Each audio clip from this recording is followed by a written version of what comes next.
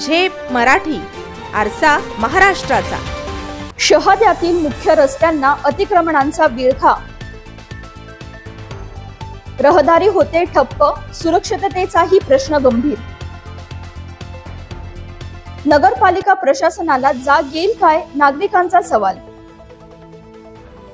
शहादा शहरातील दोंडाईच्या रस्त्यावर उपविभागीय पोलीस अधिकारी यांच्या कार्यालयाजवळ आणि पोलीस कर्मचारी यांच्या निवासस्थानासमोर अतिक्रमणाचा विळखा दिवसेंदिवस वाढत चाललाय। हातगाड्या, स्टॉल्स आणि अनधिकृत दुकानांनी रस्त्यांवर कब्जा केला असून त्यामुळे वाहतुकीचा बट्ट्याबोळ झालाय।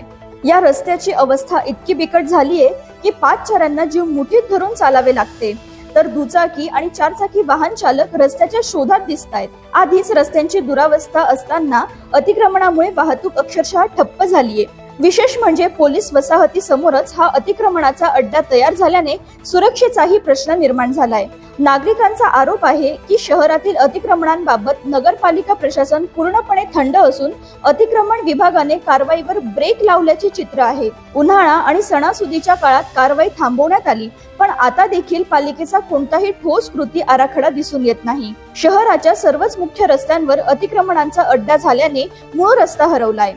चारचाकी वाहन चालकांना रस्ताच उरत नाही, तर पादचारी अपघाताच्या धोक्यात वावरत आहे, अशी भावना नागरिकांनी व्यक्त केली आहे। अतिक्रमणांचा कायमस्वरूपी बंदोबस्त कधी होणार, या प्रश्नाची उत्तरे मिळेपर्यंत शहादा शहर अडथळ्यांच्या आणि असुविधांच्या गर्तेत अडकलेलेच राहणार हे निश्चित। अशाच वेगळ्या आणि ताज्या बातम्यांसाठी पाहत रहा झेप मराठी, आरसा महाराष्ट्राचा। संपादक प्राध्यापक अनिल चव्हाण, धुळे।